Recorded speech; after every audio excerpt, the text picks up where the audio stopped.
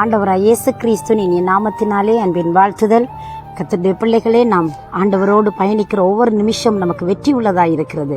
நம்முடைய ஆண்டவர் நமக்கு பக்கபலமாய் இருக்கிறார். நம்மை நடத்துகிற ஆண்டவர்.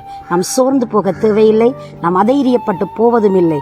நம்முடைய தேவன் நம்மை பலப்படுத்தி நமக்கு சகாயம் பண்ணி அவருடைய கரங்களினால் எங்களை தாங்குகிறவராய் இருக்கிறார். இந்த நேரத்தில் ஒரு அற்புதமான தேவனுடைய வார்த்தையை நம்ம கேட்கலாமா?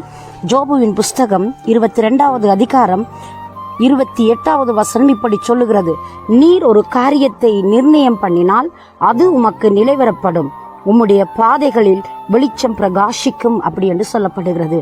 ஆண்டவர் ஒரு மனிதனுடைய வாழ்க்கையிலே ஒரு காரியத்தை செய்ய அவர் நிர்ணயம் பண்ணினால் அது அவனுக்கு நிலைவரப்படும், அது உறுதிப்படுத்தப்படும், அது சரியாக அதங்கே நடைபெறும். அது மட்டுமன்றி அவருடைய பாதைகளில் வெளிச்சம் பிரகாசிக்குமா, அந்த வெளிச்சம் நம்மளை வழிநடத்தும் என்று சொல்லி நாங்கள் பார்க்கிறோம். ஆண்டவர் ஒரு மனிதனுடைய வாழ்க்கையில் நிர்ணயம் பண்ணினால் அது தடை இல்லாமல் அது நிறைவேறும். அதை நிறைவேற்றுவதற்கு வெளிச்சமாக அவர் அங்கே வழிநடத்தி கொண்டு கடந்து செல்வார் என்று சொல்லி யோபுவிலே அழகாக யோபுவின் புஸ்தகத்தில் வர்ணிக்கப்படுகிறது. பாருங்கள், நாம் பார்க்கும் சுடர்கள் யாவும் தேவனால் சிருஷ்டிக்கப்பட்டவைகள். ஆண்டவர் சொன்னார், நானே வழியும் சத்தியமும் ஜீவனுமாயிருக்கிறேன் என்றார். நானே உலகின் ஒளி என்று சொன்னார். அந்த ஒளியான தேவன் நாம் அங்கே இருளின் பாதைகளுக்கு நடக்கிற பொழுது, இருள் என்கிற அந்த வழிகளுக்கூடாய் நாம் செல்கிற பொழுது நம்முடைய ஒளியாகிய தேவன் நம் பக்கமாய் கடந்து வந்து நம்முடைய இருளை வெளிச்சமாக்குறார் என்று சொல்லி பார்க்கிறோம். அன்பு பிள்ளையே, நான் என்ன இருள் என்று சொல்லுகிறேன்? நம்முடைய வாழ்க்கையிலே வருகிறதான பாடுகள், நம்முடைய வாழ்க்கையில் வருகிற அவமானங்கள், நம்முடைய வாழ்க்கையில் வருகிற நிந்தனைகள், நம்முடைய வாழ்க்கையில் வருகிற போராட்டங்கள் எங்களை மிகவும் கடினமான வழிகளுக்கூடாக, கடினமான வழிகளுக்கூடாக அங்கே பாதைகள் மிகவும் நெருக்கடியான நேரத்தை நாங்கள் கடந்து செல்கிற பொழுது நம்முடைய ஆண்டவர் அவர் ஒளியாய் நம் பக்கமாய் கடந்து வந்து நம்மளை பிரகாசிப்பிக்கிற தெய்வமாய் அவர் இருக்கிறார். எனவே எனக்கு அன்பு பிள்ளையே, இந்த நாளில் நீ எந்த இருளின் பாதைகளுக்குள்ளாய் நீ நடந்து கொண்டிருக்கிறாய்? என் தேவன் என் வாழ்க்கையில் வைத்த திட்டம்தான் என்ன? தேவன் அதை நிறைவேற்றுவாரான் ஒரு நம்பிக்கை இல்லாமல் நீ இன்றைக்கு போராடி கொண்டிருக்கிறாயா? வியாதி உன்னை அப்படி தடுமாற வைக்கிறதா? நீ சந்தித்த வாழ்க்கையின் பிரச்சனைகள் உன்னை அலைமோத வைக்கிறதா?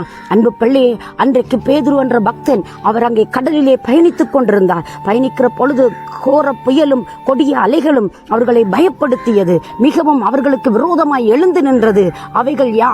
அவைகளினாலே படவுகள் நிரம்பத்தக்கதாய் தண்ணீர் வந்தது. மிகவும் அங்கே துன்பமும் துயரமும் அடைந்தார்கள் சீஷர்கள். அந்த நேரத்திலே தானே பேதுரு எழுந்து ஆண்டவரை நோக்கி கூப்பிட ஆரம்பித்தான். அவரோடு சேர்ந்தவர்கள் கூப்பிட ஆரம்பித்தார்கள். சீடர்கள் எல்லாரும் கதறினார்கள். அப்பொழுது தேவன் தண்ணீரிலே தம்முடைய பிள்ளைகளை காப்பதற்காய் வழியாய் ஒளியாய் என் தேவன் அந்த படகை நோக்கி வந்து கொண்டிருந்தார். அப்பொழுதுதான் பேதுரு கேட்டான், ஆண்டவரே, நீரானால் நானும் நடந்து வரட்டுக்கும் அப்படி என்று சொன்னார். அன்பு பிள்ளையே, இந்த நாளில் ஒன்றை உணர்ந்து கொள்ளலாம். அன்றைக்கு பேதுருவுக்கு அதோடு கூடிய சீசர்களுக்கு உதவி செய்யும்படி நடந்து போன தேவன், பேதுருவை தண்ணீரிலே நடக்க வைத்த தேவன், இன்றைக்கு உனக்கு அனுகூலமான பாதைகளை காண்பித்து அந்த பாதைகளிலே வெளிச்சம் பிரகாசித்து உன் இருளான வாழ்வை வெளிச்சமாய் மாற்றுவதற்கு, உன் துக்கம் நிறைந்த வாழ்வை சந்தோஷமாய் மாற்றுவதற்கு, துயரம் நிறைந்த வாழ்வை அவர் அங்கே ஜெயமாய் மாற்றிக் கொள்வதற்கு இன்றைக்கு அவர் ஒளியாய் உங்களை நடத்த போதுமானவராய் இருக்கிறார். அவர் பிரகாசிப்பிக்கிற தெய்வமாய் இருக்கிறார். எந்த மனுஷனையும் பிரகாசிக்கிற ஒளி அந்த மெய்யான ஒளி என்று சொல்லப்படுகிறது. எனவே ஒளியின் வடிவமானவர் நம் இருளான வழிகளுக்கூடாக, நம் இருளின் அங்கே வழிகளுக்கூடாக, நாம் நம்முடைய வாழ்க்கையிலே கடினமான சூழ்நிலையிலே கடந்து போகிற பொழுது நம் தேவன் ஒளியாய் நம் வாழ்க்கையில் வந்து பிரகாசிப்பிக்க வல்லமை உள்ளவராய் இருக்கிறார். பக்தன் யோபுடைய வாழ்க்கையிலே இங்கே தேவன் நம்பி அவனை அந்த சூழ்நிலைக்கு அனுமதித்தார். அந்த சூழ்நிலை கடந்து போற பொழுதெல்லாம் வியாதி ஒரு பக்கம், அங்கே நண்பர்கள் அவமானம், சொத்துக்கள் இழக்கப்பட்டது, பிள்ளைகள் எல்லாம் இறந்து போனார்கள். இப்படியான நெருக்கடியிலே தான் பக்தன் யோபு தேவனை நோக்கி பார்க்கிறார். ஒரு வார்த்தையினால் அவர் மறுதலிக்கல, மறுத்து பேசவும் இல்லை. தேவன் அதை பார்த்தார். யோபு எதை இழந்து போனாரோ அத்தனை ஆசீர்வாதங்களை அவர் திருப்பி கொடுத்தார். யோபுடைய கண்ணீரை தேவன் கண்டார். அவருடைய நம்பிக்கையை வலுப்படுத்தினார். அவருடைய வாழ்க்கையில் ஒரு அற்புதத்தை செய்வதற்கு என் தேவன் போதுமானவராய் இருந்தார். என்ன ஆச்சரியம் தெரியுமா? யோபு எதை இழந்தாரோ அதையெல்லாம் தேவன் இரட்டந்தனையாய் திருப்ப ஆசீர்வாதமாய் மாற்றி கொடுத்தார்.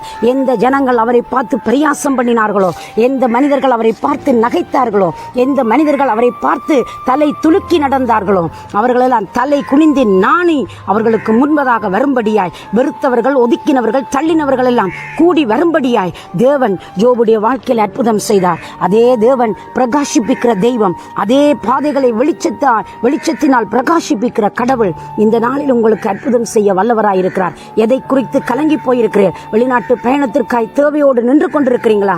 தேவனுக்கு சித்தமானவருடைய கையினால் வாய்க்கட்டும். அவர் உங்களுக்கு அற்புதம் செய்ய போதுமானவராயிருக்கிறார். நம்பிக்கையோடு அவரை சார்ந்து கொள்ளுங்கள், அவரை தேடுங்கள். நான் உங்களுக்காக ஜெபிக்கலாம். சர்வ வல்லமையுள்ள தேவனே, இயேசுவண்ட நாமத்தில் உம்முடைய பிள்ளைகளை நீர் பிரகாசிப்பிக்கிறவர், வெளிச்சத்திற்கூடாக வழிநடத்துகிற தேவன்.